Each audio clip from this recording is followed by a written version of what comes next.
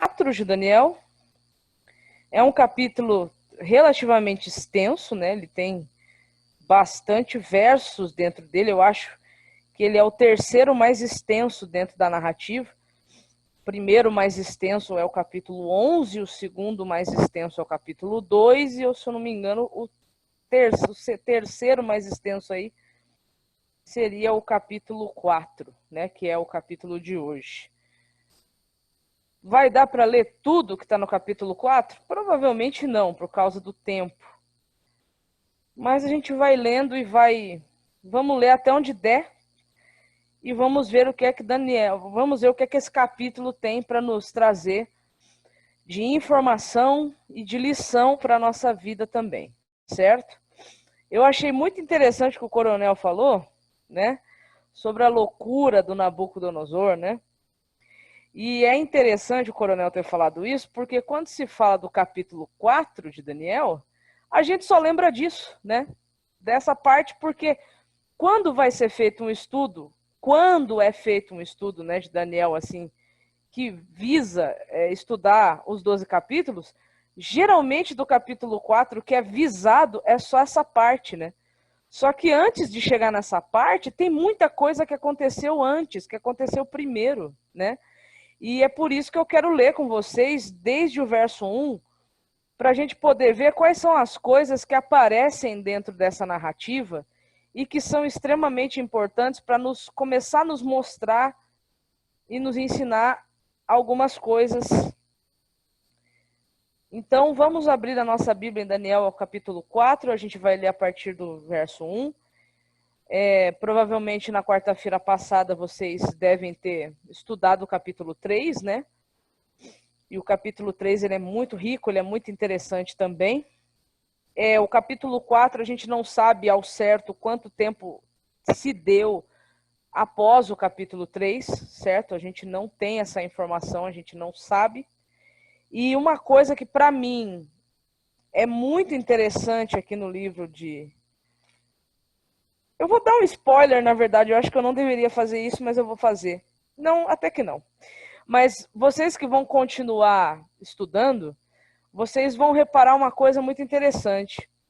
Pouquíssimos capítulos do livro não irão começar com a informação do ano de que tal coisa que está sendo registrada ou narrada ali aconteceu. O que eu quero dizer? Você já começa os 2 primeiros capítulos de Daniel sabendo quando aconteceu. Quando aconteceu o que está registrado no primeiro capítulo, quando aconteceu o que está registrado no segundo capítulo. Então, são pouquíssimos capítulos dentro do livro de Daniel que você não vai ter a informação do quando aconteceu aquilo que vai ser narrado por ele na sequência da leitura, né, na sequência do capítulo. O capítulo 4 é um desses que a gente não tem a informação do quando aconteceu. Pelo menos a gente não tem de uma forma explícita o quando aconteceu isso que vai estar registrado aqui, que nós vamos fazer a leitura agora. Então, vamos ler primeiro aqui os 3 primeiros versos, e aí a gente vai comentando, e vamos ler até onde der para ler. Eu quero pelo menos ler com vocês, ler mesmo, fazer a leitura até o 18, pelo menos, e aí depois, se não der para ler o restante do capítulo, a gente comenta. E aí depois faz a leitura do final, que a leitura do final também é extremamente importante, tá bom? Então vamos lá. Daniel capítulo 4, a partir do verso 1. O texto diz assim: O rei Nabucodonosor, as pessoas de todos os povos, nações e línguas que habitam em toda a terra, que a paz lhe seja multiplicada. Pareceu-me bem tornar conhecidos os sinais e as maravilhas que Deus, o Altíssimo, tem feito para comigo. Como são grandes os seus sinais e como são poderosas as suas maravilhas. O seu reino é um reino eterno, e o seu domínio se estende de geração em geração. Eu sei que tem muita gente aí que está com a tela fechada, né? São poucas pessoas que eu estou conseguindo ver o rosto, né? Ver o rosto mesmo eu tô vendo da Marisa, do Márcio, do Ricardo, do Ocione, da Magali, né? Agora o Oswaldo abriu também. Então, assim, então para vocês que eu tô enxergando, eu consigo interagir, né? Que eu não tô enxergando o rosto, eu sei que vocês estão aí, talvez vocês estejam fazendo alguma outra coisa. Não tem nada de errado com isso também, enfim. Mas agora aqui no quesito interação, porque eu sou assim, vocês já me conhecem, eu já preguei na Vila. Quantas vezes que eu já preguei aí, vocês já conhecem o meu estilo. Vocês sabem que eu gosto de interagir. E para quem gosta muito de internet e gosta muito de redes sociais e gosta muito de meme, sabe, os memes, eu me divirto com os memes. Eu acho muito engraçado e inteligente, né? E acho que o brasileiro tem alguns que são desprovidos de recursos financeiros, às vezes porque quer, porque tem uma criatividade assim enorme. Mas por que eu estou falando isso? Para quem gosta muito de rede social, para quem gosta muito de meme, essas coisas assim, já deve ter ouvido o seguinte meme: algo de errado não está certo. Vocês já ouviram essa frase em algum lugar? Algo que está errado não está certo, ou algo de errado não está certo? Se você nunca ouviu isso, isso daí é um meme da internet.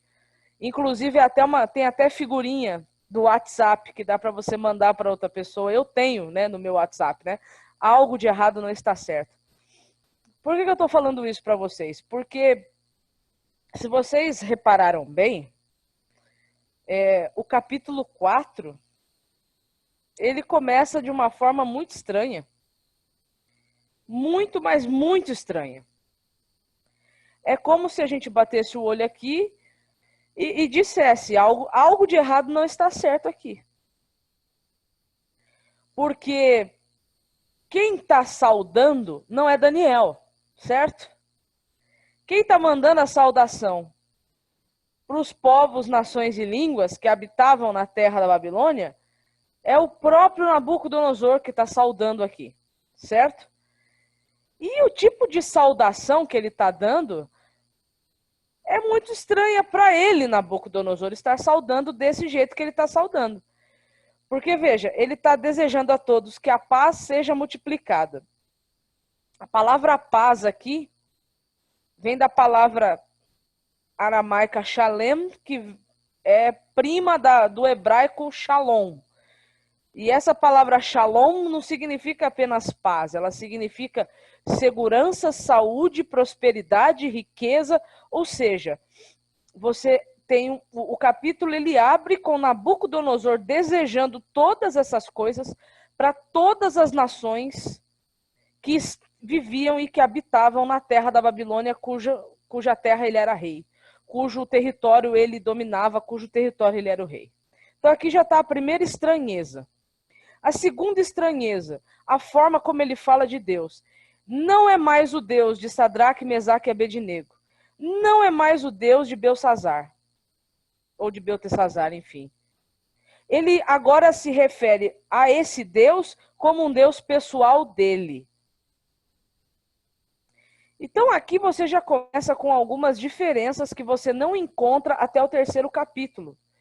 Por que é muito estranho esse começo do capítulo 4? Se você voltar comigo, por exemplo, para Daniel capítulo 1, Daniel capítulo 1, ali no verso 1, quem é Nabucodonosor? Quem é esse rei que está enviando essa saudação? Quem é essa pessoa? Qual é o seu perfil? Qual é a sua personalidade? Qual é a sua característica?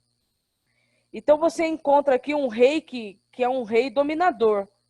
É um rei que sitia, é um rei que invade, é um rei que age com violência. Pelo menos você já começa o capítulo 1 de Daniel com essa descrição de Nabucodonosor.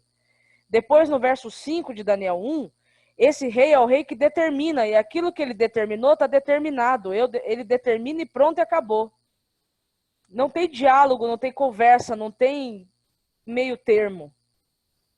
Aonde que a gente encontra essa referência? Quando você vai para o verso 10, que Daniel ele vai procurar Arioque para tentar negociar, para tentar ver até onde ele, Daniel, poderia realmente ser submisso a esse rei ou não, e ele pede para que Arioque o ajude a não precisar ter que se submeter tanto a Nabucodonosor assim, o verso 10 diz que a reação do chefe dos eunucos, a reação de Arioque é a seguinte: eu tenho medo do meu senhor, o rei.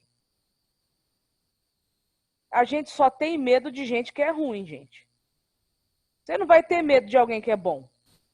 Ou você tem medo de alguém que é bom. Você sabe que alguém é essencialmente bom, você tem medo dessa pessoa? Se você precisar pedir alguma coisa para essa pessoa, você teria medo de pedir para ela? Então a gente só tem medo de quem não é bom, a gente só tem medo de quem é ruim. E aqui Arioque diz para Daniel: eu tenho medo do meu senhor, o rei. Eu tenho medo dele. Porque ele determinou o que vocês têm que comer, o que vocês têm que beber. Eu tenho medo dele. Outra coisa que o texto bíblico também traz em relação a Nabucodonosor: o temperamento dele era totalmente colérico e irascível. Quando você vai para o capítulo 2 e ele é contrariado, entre aspas, ali pelos magos, pelos encantadores, pelos astrólogos, pelos caldeus, o texto no capítulo 2 diz que ele fica totalmente possuído e tomado de ira, e tomado de ira ele manda matar a sua equipe. Então, a Bíblia, nos primeiros capítulos de Daniel, já vai mostrando o temperamento de Nabucodonosor. Um temperamento colérico, irascível, difícil de lidar, alguém que não gostava de ser contrariado, que gostava de ser o centro das atenções, você percebe isso pelo capítulo 3. Alguém que era megalomaníaco, narcisista. E aí você pode colocar aí qualquer outra característica, né? Então você percebe que o capítulo 4, ele começa de um jeito muito estranho. Não parece o mesmo Nabucodonosor. O Nabucodonosor, que escrevia decretos obrigando as pessoas a fazerem as coisas, agora começa a narrativa aqui de um jeito diferente. Começa desejando para todas as pessoas Shalom. E Shalom em abundância, que a paz lhe seja multiplicada. Eu desejo para vocês riqueza, prosperidade, saúde, bem-estar, segurança, multiplicado, que lhe seja multiplicado. E aí, quando você volta, né, capítulo 1, capítulo 2, capítulo 3, o Deus de Daniel, que era só o Deus de Daniel, ou era só o Deus dos amigos de Daniel, agora aqui não é mais o Deus de Daniel e o Deus dos amigos de Daniel. Agora parece que se torna o Deus de Nabucodonosor. Porque ele fala agora desse Deus com muita proximidade. O Altíssimo tem feito para mim. O Altíssimo fez para comigo. Os sinais e as maravilhas que ele fez para comigo. E aí uma terceira coisa super interessante que aparece aqui, nessa introdução do capítulo 4, é que antes Nabucodonosor queria que o seu reino fosse um reino eterno. A evidência textual que você tem disso é que no capítulo 3, ele manda construir uma estátua ou um monumento, enfim, todinho de ouro, em contrarresposta à estátua do sonho do capítulo 2, que começava com ouro e terminava lá no finalzinho com o barro. Mostrando ali todo o seu processo transitório, até chegar no último reino, que seria o mais frágil de todos. O mais frágil de todos, a ponto de ser destruído e substituído por uma pedra que simboliza ali o reino de Deus, certo? Conforme deve ter sido estudado no capítulo 2. Então, ele não ficou feliz com aquela resposta e não aceitou a transitoriedade do seu reino. Por isso, manda construir um monumento todo de ouro, simbolizando o quê? Que o reino dele seria eterno, e não esse reino que viria na pedra, ou em forma de pedra, ou representado por aquela pedra. Só que agora aqui não, agora ele diz o seguinte: o reino desse Deus, que é o Altíssimo, que fez maravilhas comigo, é o reino dele que é eterno, é o seu domínio que se estende de geração em geração, não sou eu, é ele. Então você começa a perceber que mudanças começaram a acontecer na vida de Nabucodonosor. E assim, é interessante o que foi que aconteceu com ele para que essa vida dele desse esse giro de 180. Porque foi um giro de 180 graus que deu na vida de Nabucodonosor. Até a maneira dele se reportar com as pessoas mudou. Então, o que foi que aconteceu? Então, o capítulo 4 ele vai contar a experiência da conversão de Nabucodonosor. Lembrando que Deus ele estava trabalhando na vida de Nabucodonosor desde o começo. Deus não começou a trabalhar na vida de Nabucodonosor nesse episódio que nós vamos ler aqui. Deus ele sempre esteve trabalhando com Nabucodonosor. Mas é que esse episódio aqui, digamos assim, foi a pedra de toque. Esse episódio aqui foi o ponto da virada para ele. Certo? Então, já fica uma lição para nós. Deus, ele trabalha na nossa vida sempre, desde sempre. Mas pode ser que chegue em algum momento que haja o verdadeiro ponto da virada. Pode ser que você já tenha passado por esse ponto da virada. Pode ser que ainda não. E pode ser que você nem chegue nesse ponto da virada, porque aí Deus não vai forçar o ponto da virada para ninguém. Pode ser que o ponto da virada venha e às vezes você não se aperceba. Ou pode ser que ele venha e assim como Nabucodonosor você se aperceba e você tenha ali uma experiência, né, de conversão. Então aqui ele vai começar a contar o capítulo 4, o que foi que aconteceu com o Nabucodonosor para ele ter passado por esse processo, né, de conversão, esse processo de transformação. O verso 4 do capítulo 4 vai dizer assim: Eu, Nabucodonosor, estava tranquilo em minha casa e feliz no meu palácio. O que dá a entender essa frase? O que dá a entender? Eu estava tranquilo e feliz. Sabe quando a pessoa ela alcança tudo que ela queria alcançar na vida? Talvez eu esteja falando hoje para alguém que esteja assim, já chegou no topo. Já alcançou tudo que almejava alcançar. E agora não tem mais, talvez, nenhum objetivo maior, nenhum plano, porque já chegou onde queria. Já chegou no topo. Então, Nabucodonosor estava assim, ele já estava no topo, ele já, na cabecinha dele, ele já tinha chegado aonde ele queria chegar. Babilônia já era um reino de sucesso. Ele já era famoso, seu nome já era conhecido e reconhecido em todo o mundo daquela época. Não faltava, talvez, absolutamente nada para Nabucodonosor.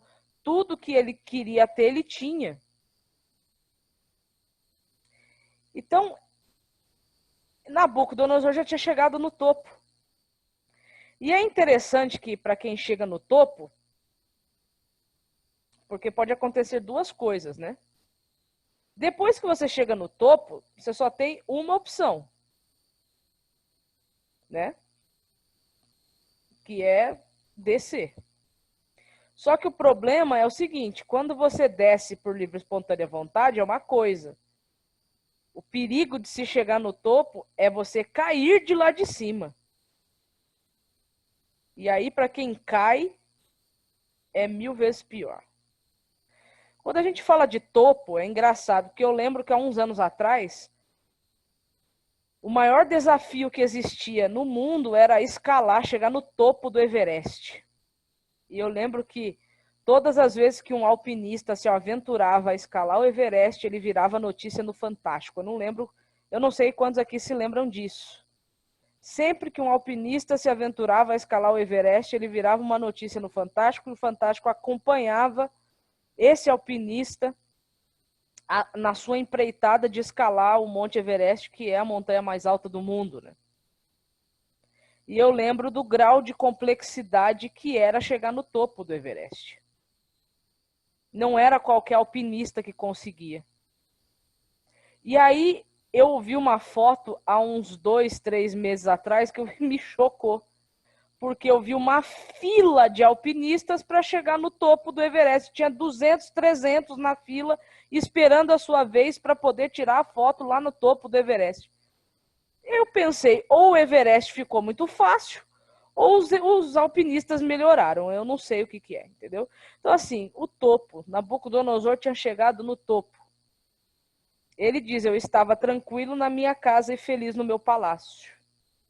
Até que aconteceu uma coisa, diz o verso 5, que ele teve um sonho que deixou ele espantado.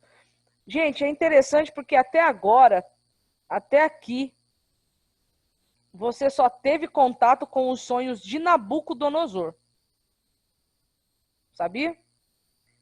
Ah, mas Daniel sonhou também. Daniel sonhou para levar resposta para Nabucodonosor. Mas não foi um sonho que Deus deu para Daniel querendo falar diretamente com Daniel.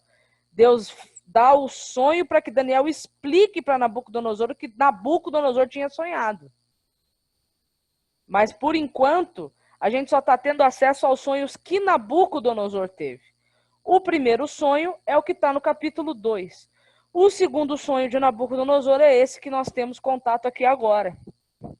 Certo? Então, ele diz que ele teve um sonho que deixou ele espantado. E ele diz, quando eu estava na minha cama, os pensamentos e as visões que passaram diante dos meus olhos me perturbaram. Por isso, expedi um decreto, ordenando que fossem trazidos à minha presença todos os sábios da Babilônia, para que me revelassem a interpretação do sonho.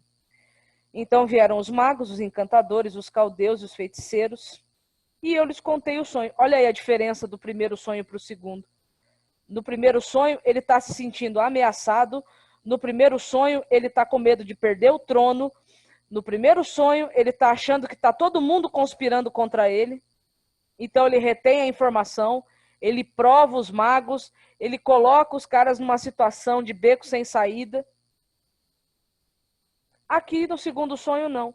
Ele está assustado, ele está espantado, mas dessa vez ele chama os magos, ele conta o que foi que ele sonhou, porque ele realmente queria, de fato, entender o que estava acontecendo. E aí diz que foram lá os magos, os encantadores, os caldeus e os feiticeiros. Ele contou os sonhos para eles, mas eles não puderam revelar a sua interpretação. Aqui ele não manda matar ninguém por causa disso.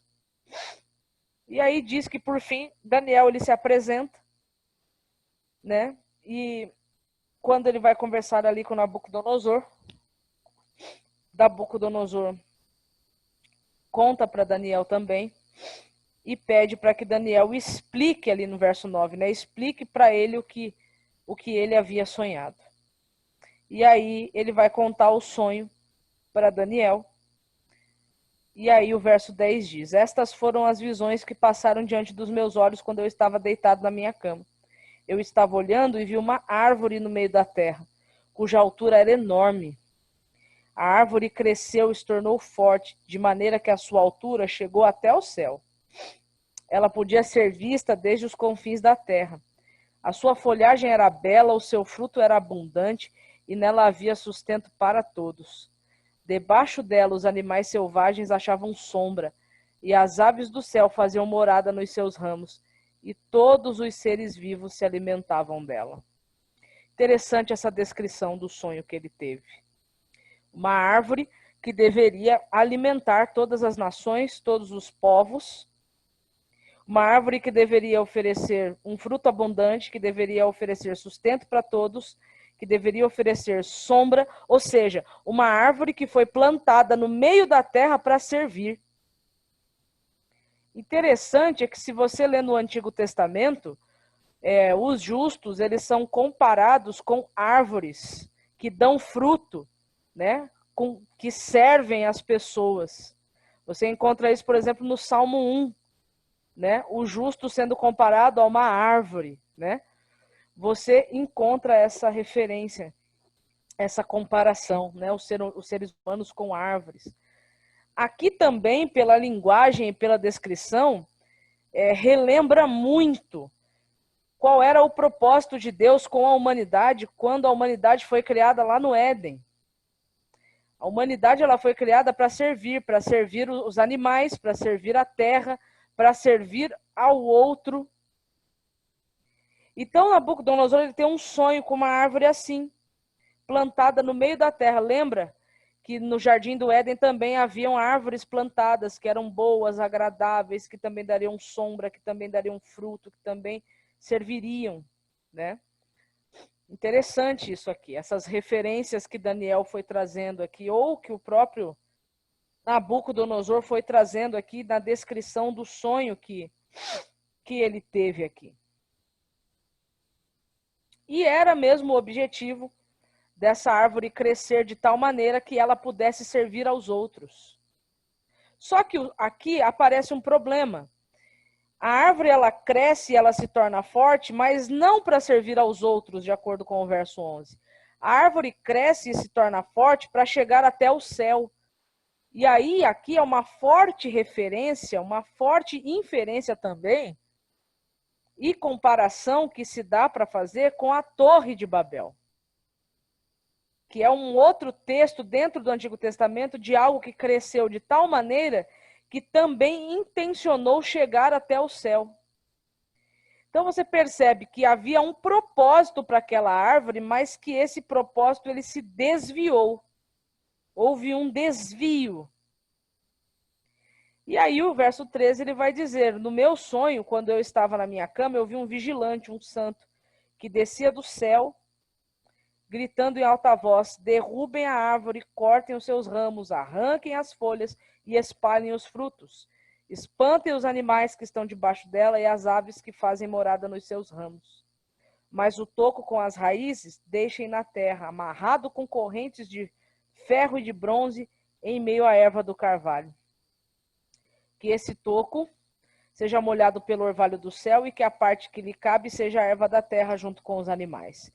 Que o coração dele seja mudado para que não seja mais coração humano, e lhe seja dado coração de animal e passem sobre ele 7 tempos. Esta sentença é por decreto dos vigilantes, e esta ordem é por mandado dos santos, para que os que vivem saibam que o Altíssimo tem domínio sobre o reino dos homens. Ele dá esse reino a quem quer, e põe sobre ele até o mais humilde dos homens. Este foi o sonho que eu, Nabucodonosor, tive.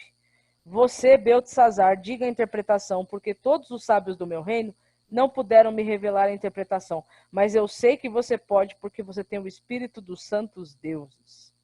E aí, na sequência, vai dizer que Daniel ficou muito perturbado,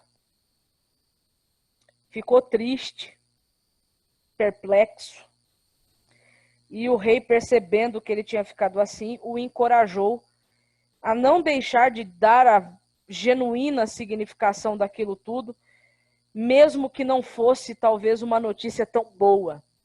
E aí Daniel ele diz para o rei: eu queria muito que o que eu vou te dizer agora fosse algo que estivesse relacionado aos teus inimigos, mas não é, né? Era uma mensagem de novo de Deus para Nabucodonosor. E aí ele vai dizer, ele vai começar a explicar, e o verso 20 diz que a árvore que o Senhor viu, que cresceu e se tornou forte, cuja altura chegou até o céu e que foi vista por toda a terra, cuja folhagem era bela, cujo fruto era abundante, no qual havia sustento para todos, debaixo da qual os animais selvagens achavam sombra, e em cujos ramos as aves do céu faziam morada, verso 22, aquela árvore é o Senhor, ó Rei, que cresceu e que chegou até o céu, e o seu domínio se estende até a extremidade da terra. Gente, é muito interessante, porque esse sonho aqui, mais uma vez, Deus traz à memória de Nabucodonosor qual era o propósito que Deus tinha para Nabucodonosor. Mesmo Nabucodonosor sendo de um povo pagão, mesmo Nabucodonosor sendo politeísta, mesmo Nabucodonosor sendo arrogante, centralizador, irascível, mimado, não gostava de ser contrariado, violento, todas as características que a gente já viu aqui nos 3 primeiros capítulos, mesmo que ele pusesse medo nas pessoas, Deus tinha planos para a vida dele. E o plano de Deus para a vida de Nabucodonosor é que Nabucodonosor, através da sua influência, através dos talentos que ele tinha, que ele servisse as pessoas. Ele fosse um servo. E aí, quando a gente volta aqui para Daniel capítulo 2, é tão interessante a ponte que a gente encontra mostrando qual que era o verdadeiro sonho de Deus para Nabucodonosor, que é muito emocionante o que está aqui. Quando a gente volta para Daniel capítulo 2, para o verso 37, que é ali a explicação do sonho com a estátua, né, que é o primeiro sonho que Nabucodonosor tem. Quando Daniel vai trazer essa primeira explicação ali no capítulo 2, no verso 37, Daniel diz assim para ele: o Senhor, ó rei, que é a quem o Deus do céu conferiu, entregou o reino, o poder, a força e a glória. Lá aí no capítulo 4 nós vimos que foi entregue a ele o domínio por toda a extensão da terra. Então, reino, poder, força, glória e domínio. Isso não te lembra nada, não? Quando você volta para Gênesis capítulo 1, por exemplo, versos 26 e 27, o que foi que Deus entregou para o ser humano? O domínio, a glória, a força. Então, a mesma coisa que Deus tinha feito com Adão e Eva lá no Éden, ele estava querendo fazer com Nabucodonosor. E Daniel continuou dizendo: nas suas mãos foram entregues essas coisas, nas suas mãos foram entregues os filhos dos homens, onde quer que eles habitassem, os animais do campo, as aves do céu. Olha a ponte. Para que isso foi entregue a Nabucodonosor? Para que você domine sobre eles. Mas domine o quê? Com opressão, com violência, com coerção? Não, o capítulo 4 fala para que você domine com serviço, para que você sirva as nações. Assim como uma árvore dá o seu fruto com abundância, assim como uma árvore traz sombra, assim como uma árvore ela serve, Deus entregou nas tuas mãos domínio para que você, Nabucodonosor, pudesse servir as nações. Em outras palavras, era a vontade de Deus que Nabucodonosor fosse um representante dele, o Deus Todo-Poderoso, ali em Babilônia. Que Nabucodonosor fosse um reflexo do caráter desse Deus Altíssimo ali em Babilônia. Ah, mas como isso é possível? Ele não conhecia esse Deus. Gente, Deus não está se importando com isso, não, sabia? A gente que acha que Deus se importa muito com isso, mas eu vou dizer para vocês, ele não está se importando não, porque ele é Deus. E ele chama e ele escolhe quem ele quiser para ser o seu filho e para ser o seu representante. Por mais que às vezes isso doa nos nossos ouvidos. Por quê? Porque tem muita gente que a gente acha que não serve. Mas quando Deus bate o olho, aí eu me lembro de uma frase que foi o próprio Deus que falou para Davi. Vocês estão vendo a aparência externa, eu enxergo o coração. Deus enxergava e olhava para Nabucodonosor não por quem Nabucodonosor era, mas o que Nabucodonosor poderia se tornar nas mãos dele, o Deus Altíssimo, o Deus Todo-Poderoso. E Deus, ele era ousado e abusado. Ele queria entrar em Babilônia e queria estabelecer dentro de Babilônia o seu reino. E ainda queria colocar o rei daquele lugar como seu novo Adão, como seu representante ali naquele lugar. O problema, mostra o capítulo 4, é que ele não quis. Ele, Nabucodonosor. E ao invés de crescer como uma árvore para dar frutos e servir, ele quis chegar até o céu. Ou seja, ele quis tomar o lugar de Deus. Porque chegar até o céu tem essa significância. É isso que representa algo que chegue ao céu. Ele quis tomar o lugar que era de Deus. Aí Isaías 14 diz, né? Que ao invés dele querer ser um novo Adão, ele escolheu se tornar um novo Lúcifer, porque acima das estrelas do Altíssimo, eu estabelecerei o meu trono e eu serei como Deus. Então aqui, o mais interessante é que quem está contando essa história para a gente é o próprio Nabucodonosor. E ele conta o que foi que aconteceu. Tem um momento aqui no capítulo que, quando chega ali no verso, a partir do 28, que um anjo aparece para ele e diz assim, daqui a 12 meses eu volto, né? Ou melhor, se passa 12 meses, se passa um ano que ele teve o sonho, ele sonhou e um ano depois, que foi explicado para ele o que significava, que ele iria perder tudo, que ele iria perder o juízo, que ele iria viver como se fosse um animal. Um ano depois que isso foi anunciado para ele, a arrogância ainda reinava no seu coração. Porque ali, quando chega no verso 30, ele está passeando pelo terraço do seu palácio, ele olha para a cidade e ele diz, olha a grande Babilônia que eu construí para a minha glória, para a glória do meu nome. Isso, mais uma vez, traz memória a Babel de Gênesis 11. Vamos construir uma torre e vamos tornar célebres o nosso nome. Tornar famosos o nosso nome. Então, mais uma vez aqui você percebe que Nabucodonosor, ele se exaltou bastante. Não é esta grande Babilônia que eu construí? Com o meu grandioso poder, com a glória da minha majestade? E aí, quando ele termina de falar isso, vem a sentença. E aí acontece o que a gente já sabe que aconteceu com Nabucodonosor. Que ele ficou 7 anos vivendo de uma forma irracional. Porque é totalmente irracional o ser humano que quer ter uma vida para a glória de si mesmo. E pode ser que a gente nem chegue a comer capim como ele comeu. Mas que é irracional, é irracional. Só que no verso 34 diz que no final daqueles 7 anos, eu, Nabucodonosor, levantei os olhos ao céu e recuperei o entendimento.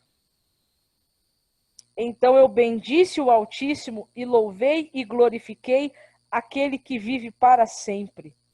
O seu domínio é eterno, o seu reino se estende de geração em geração.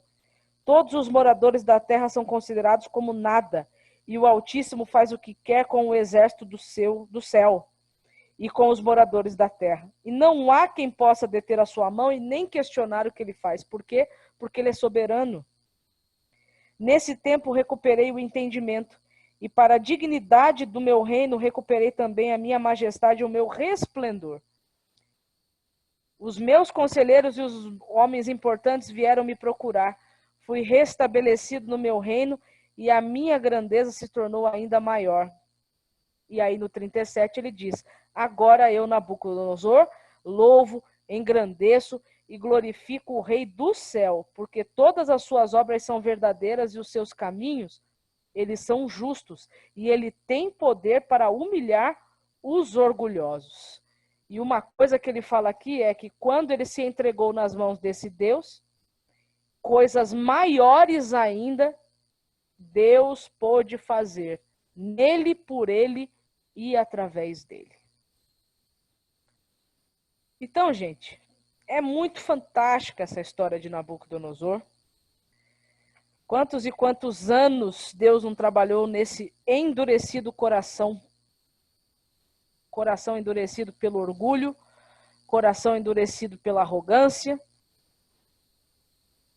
Pode ser que hoje eu esteja falando aí para orgulhosos, arrogantes, presunçosos, que não gostam de ser contrariados, que quando são contrariados agem com violência, seja nas palavras, ou seja nos gestos ou nas atitudes, que tem a tendência de querer impor a sua vontade sobre a vida das pessoas, não importa se as pessoas estão gostando disso ou não. O que é interessante é que a gente tem muito mais de Nabucodonosor na nossa vida do que propriamente dito de Daniel. Só que mesmo assim, mesmo Nabucodonosor sendo tudo isso que a gente viu, Deus tinha planos para ele. E o plano de Deus para a vida de Nabucodonosor é que Nabucodonosor ele fosse sua imagem e semelhança ali em Babilônia. O que me chama a atenção é que o mesmo plano que Deus tinha para Nabucodonosor é o plano que ele tem para a nossa vida também. Que nós possamos voltar a ser a sua imagem e a sua semelhança. Ah, mas eu sou muito orgulhoso. Fica tranquilo, ele vai dar um jeito de quebrar o teu orgulho. Pode ser que você não coma capim, literalmente como Nabucodonosor. Mas pode ser que ele te traga o choque de realidade como ele fez com Nabucodonosor. Para Nabucodonosor foi daquela forma, pode ser que para mim e para você seja de outra forma. Mas se não fosse aquela forma extrema, talvez Nabucodonosor não teria se convertido. Mas uma coisa é fato. Depois que Nabucodonosor entendeu a irracionalidade que é querer viver para a glória de si mesmo, aí ele recuperou a sanidade. E nas mãos de Deus ele pôde fazer coisas muito maiores do que ele achou que ele já tinha feito até aquela altura da vida. E até aquela altura da vida, Deus nunca desistiu de Nabucodonosor. Ele continuou insistindo em Nabucodonosor. Isso significa também que Deus ele não desiste de nós. Porque esse Deus ele não muda, esse Deus ele continua sendo o mesmo. E se ele teve poder para transformar a vida de Nabucodonosor, ele também pode transformar a minha vida e a sua, por pior pessoas que nós sejamos. Deus tem poder para transformar a nossa vida e a nossa realidade, se nós estivermos dispostos a nos entregarmos nas suas mãos e se nós estivermos dispostos a termos uma vida para a sua honra e para a sua glória. Que bom que a história de Nabucodonosor ficou registrada, né? Porque mostra que para Deus não há impossível mesmo. E não há ser humano que seja difícil demais que a graça de Deus não possa alcançar e não possa transformar. Então, que esse Deus que é o centro da vida de Daniel, foi o centro da vida de Daniel, esse Deus que é o centro do livro de Daniel, esse Deus que se tornou o centro da vida de Nabucodonosor, que também possa ser o centro da nossa vida, que possa também estar no centro, no controle da nossa história, e também possa operar em nós uma mudança, uma transformação de caráter, de personalidade, para que nós possamos, de fato, sermos e vivermos para a honra e glória, né, do seu santo e poderoso nome. Amém?